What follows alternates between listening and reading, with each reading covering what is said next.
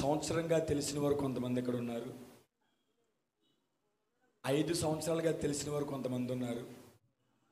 10 సంవత్సరాలుగా తెలిసిన వారు ఇక్కడ ఉన్నారు. నేను పుట్టినప్పుడు తెలిసిన వారు కూడా ఇక్కడ ఉన్నారు. హల్లెలూయా.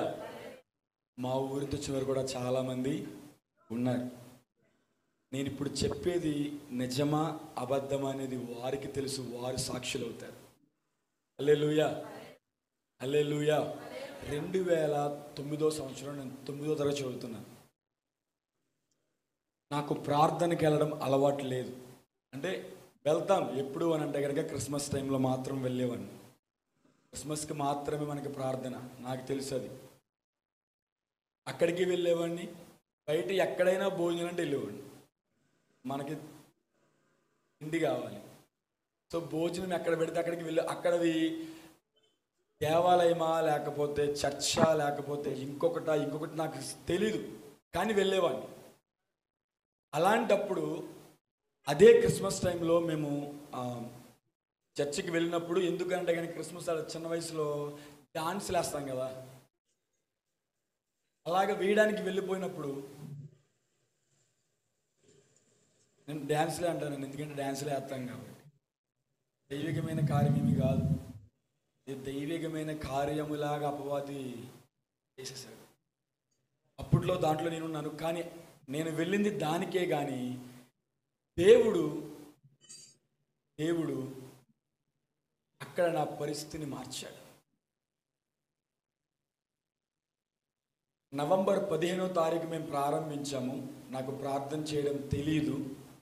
నేను ఫస్ట్ టైం చేసిన ప్రార్థన, నా తరువాత అలా చేస్తూ ఉండగా 7గురు ప్రార్థన చేస్తున్నాం. ఆ రోజు చివరిగా నేను చేశాను. నాకు ప్రార్థన చేయడం రాక నా ముందుకు చేసిన ప్రార్థనకు ఆమేనన్నాను.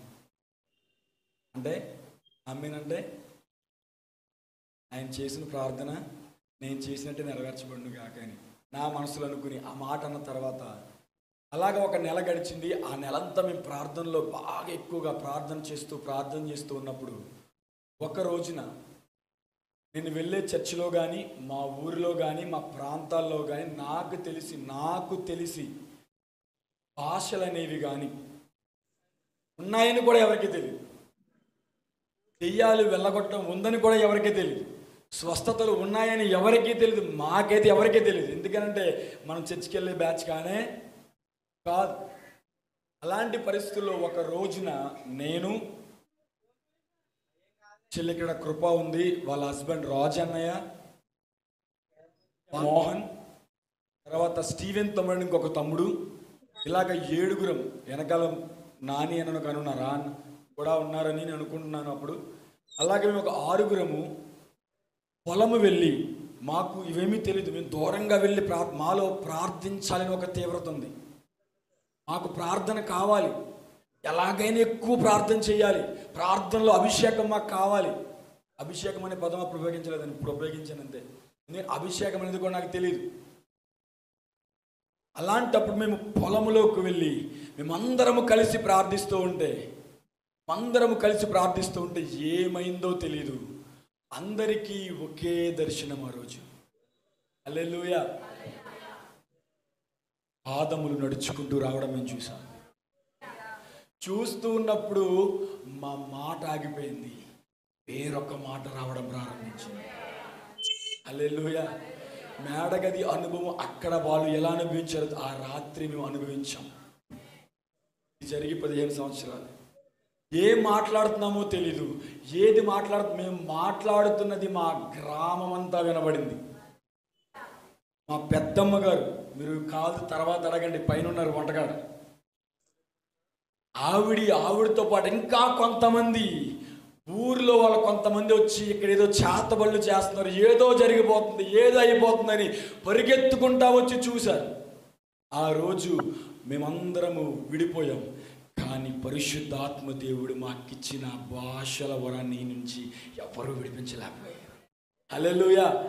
అది మాట్లాడుతూ 15 సంవత్సరాల నుంచి ఇప్పటి వరకు అలా మాట్లాడుతూ రోడ్డు మీద ఉన్నప్పుడు, నుంచున్నప్పుడు, వెళ్ళినప్పుడు, ప్రతిసారి భాషలతో మాట్లాడుతూ ఉన్నప్పుడు ఎక్కడ ఏ ప్రాంతానికి వెళ్ళినా దేవుడు గొప్ప కార్యాలు జరిగించాడు.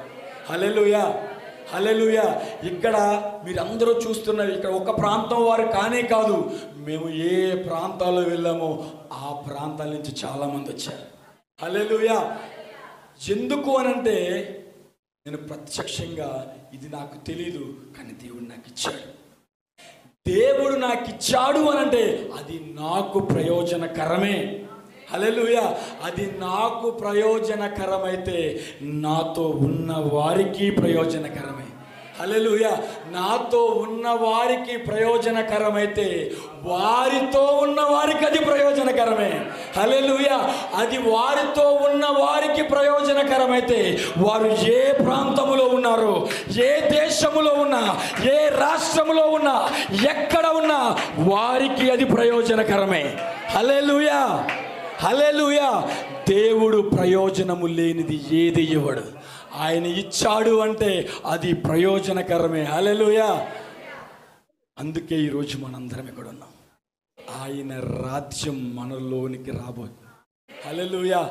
ఆ రాజ్యము దేవుడు స్థిరపరచబోతా ఉన్నాడు. హల్లెలూయా.